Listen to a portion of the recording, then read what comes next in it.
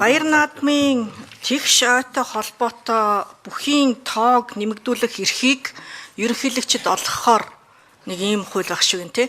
Зөвхөн миний асуулт юу вэ гэхлээр бид чинь одоо тулгар төрийн их Монгол улсын үндэсний эрх чөлөө тусгаар тогтнолоос сэргээ мандуулсны ардын хувьсгалын тэгээ сая өнгөрсөн жил чинь бид нар бас арчилсан хувьсгалын гэж нэмсэн тий. Ингээд маш олон он жил одоо бид нар дурдаад байна шүү дээ.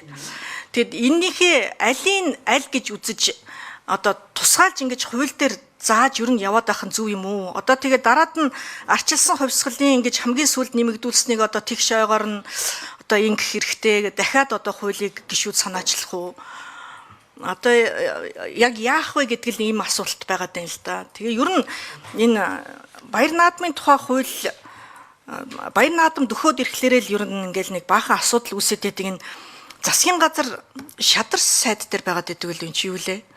Соёлын яам тэгтээ ингээл нэг шадар сайд юм шиг комиссаа хинэн чахлаад байгаа юу болоод байгааг нь мэддэхгүй нэг ингээл нэг засгийн газрын манлайлал ердөөс энэ сүүлийн жилүүдэд харагдахаа байлаа. Энэ хариуцах ёстой ажлуудаа засаг нь өөрөө сайн хариуцаад энэ асуудлуудаа оруулчих болдоггүй юм. Ингээд засаг нь өөрөө юм оруулж ирэхгүй болохоор гишүүд эн тэндээс юмнуудаа оруулж ирээд байгаа байхгүй юу. Нэг ойлгомжгүй нөхцөл байдал үүсээд байна. Тэг яг энэ за яг одоо энийг одоо оруулах ёстой гэдээ одоо дэмжиж явна биз. Гэхдээ л одоо нэг тийм асуулт байгаад байна одоо. Нэгдүгээрт аль авиг нь гэхүү. Тэгээд ингээд нэг нэгээр нь ингээд яваад ах юм уу? Засагч одоо юу бодож байгаа юм болоо? За би засгийн газрын өмнөөс бол одоо байр суурь хэлж чадахгүй нэ. Би яг зөвхөн Монгол Улсын үндсэн хууль заасан бүрийн эрх хөрөнд хууль санаачилж байгаа. За энэ хууль санаачлах асуудлыг би зөвхөн илэн далангуй л ярив.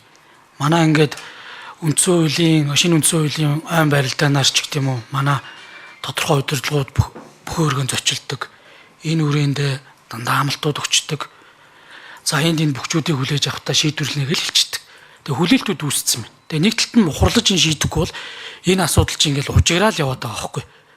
Тэгэхээр би энэ асуудлыг яг бүхийн салбараараа бас удирдах гэсэн энэ асуудлыг жоохон ойлгодог хичээж байгаа хүний хувьд л оруулж ирж байгаа.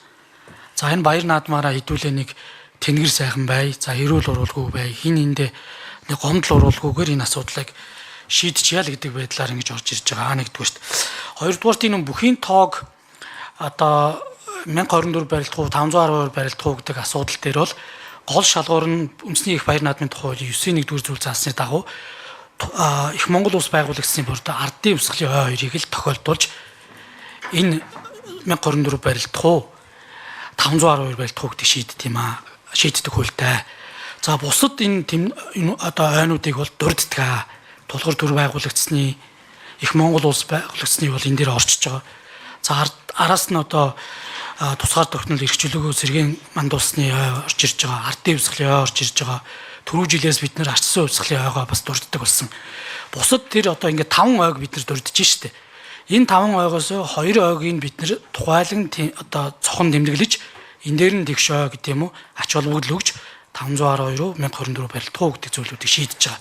Ийм л одоо зохицуулттай байгаамаа. Тэгээд төрийн тэргүүн үндэсний нэгдлийг илэрхийлэгч Монгол Улсын ерөнхийлөгч учраас зарим энэ тэгшөөнүүдийг бас ач холбогдол өгж барилдах 1024 барилдаж ач холбогдол өгж болох юм байна гэж үзэж байгаа.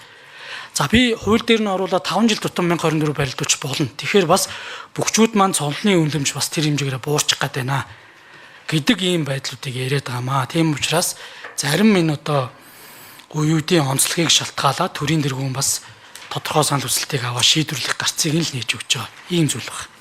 5 ой бид нар одоо дурдж одоо мэдлэгийг хүртэл илгээдэг шүү дээ тий. Тэгээ яагаад хоёрын л одоо онцолж байгаа юм бэ? Нөгөө 3 ой нь одоо юу гэдгийг нөгөө ач холбогдлынхын шалгуураар нь одоо ингээд л аваад үзээд сурцсан юм аа гэж л одоо хин нэгэн хизээ нэгэн цаг тогтоосон юм шиг л ийм юм болоод байгаа байхгүй. Тэгэхээр нөгөө бусад 3 нь одоо тэгш ойгоор нь болохгүй гэж одоо хязгаарлаад байгаа нь хуульд өөрөөр одоо зөвшөөрснөөс бусад зөвшөөрөгдөөгүй эсвэл зөвшөөрөгдөөгүйгээс бусад нь зөвшөөрөгдсөн гэсэн л ийм одоо логик явж байгаа байхгүй. Тэгэхээр аль нэг одоо ойгийн онцолж ингэж тавих нь одоо зөв юм уу? Зүгээр нийтлэгээр нь одоо эрхийг өгчихгүй байсан юм уу гэдэг ийм асуудлыг асуугаад байгаа юм. Тулгар төрийн байгуулагдсан их Монгол улсын үндэсний эрх чөлөө тусгаар тогтнолоо сэргээн мандуулсны ардын хувьсгалын арчилсан хувьсгалын гэдэг. 5% байна тий. Тэгээд ингээ хоёрын л авчаад байгаа байхгүй. Тулгар төр их яагаад тэгээ чухал биш юм? Тусгаар тогтнолоо сэргээн мандуулсан нь яагаад чухал биш юм? Гэтэл ийм асуултууд гарч ирэх болов уу гэж би зүгээр асуугаад байгаа юм. Аль нэг ойг бол чухалгүйгээр нь ерөөсөө дэнсэлсэн юм байхгүй. Энэ баяр наадмын харилцаа бол ер нь бол одоо төрийн уламжлал энэ явж ирсэн жишгийн эрх зүгээр явж ирсэн. 2003 онд л энийг хуульчилсан.